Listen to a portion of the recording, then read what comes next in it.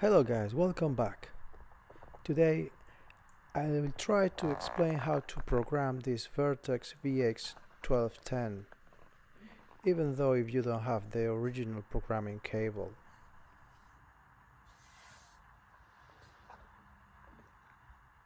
First, you've got to open the radio by unscrewing front screws and also the back ones.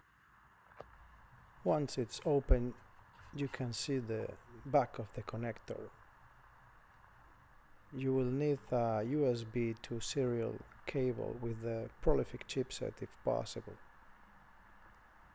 And now, with this in mind, you have to route the connection towards the DB9 connector, which is in the back. This is only a 3-wire connection, it's pretty easy. Those pins are numbered, and in this schematic or picture I'm showing you right now, you get to see the connections.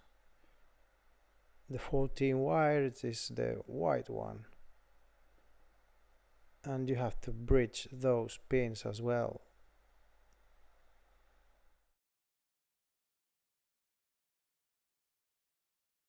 Let's install the software itself. I will put a link on the description so you can have all the information, the drivers, and the software as well. You may install the latest version, and once it's on your computer you may decompress it and install it. It will be showing in the start menu under the Vertex folder.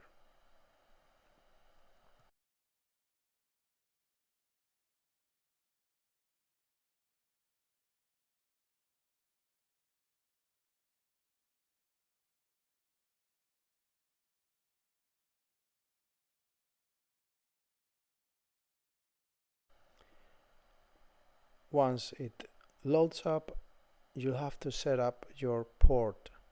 It will be highlighted or something like that.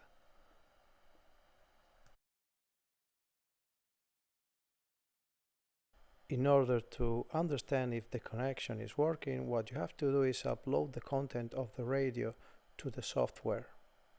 This way it will display the configuration that is currently on your radio and also the channels.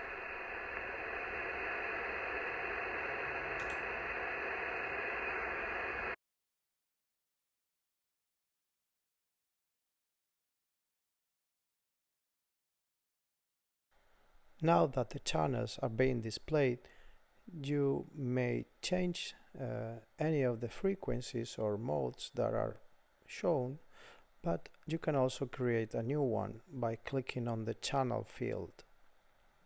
You can edit the receive frequency, and if you hit enter it will copy it to the transmit frequency as well.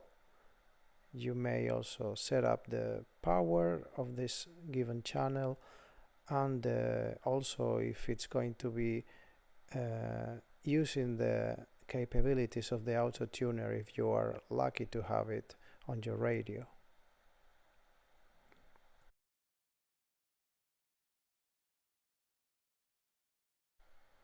Remember that some of the fields are relying on the actual module that it's currently installed on your radio, so if you don't have the tuner you won't be able to use this feature.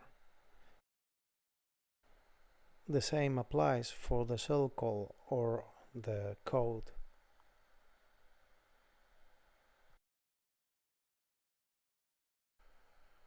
This is very interesting. There's also a number of functions that you may set up from this programming software.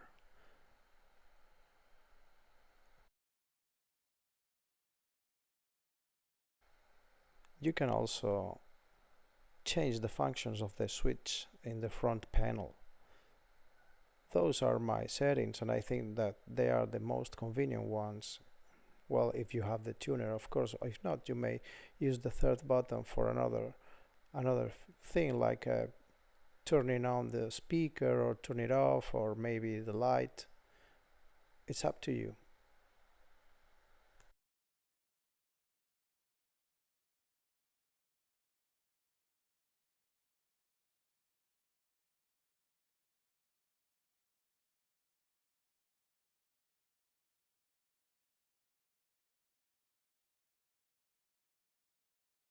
Now that you're happy with your settings, you may download it to the radio by clicking on this button.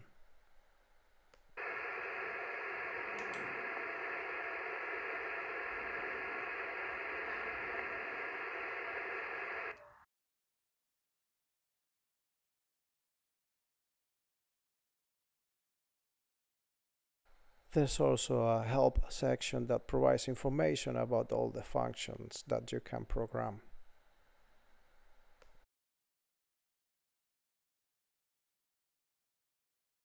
And that's all. I hope you found this interesting or helpful. If so, please like and subscribe. See you in my next video 73.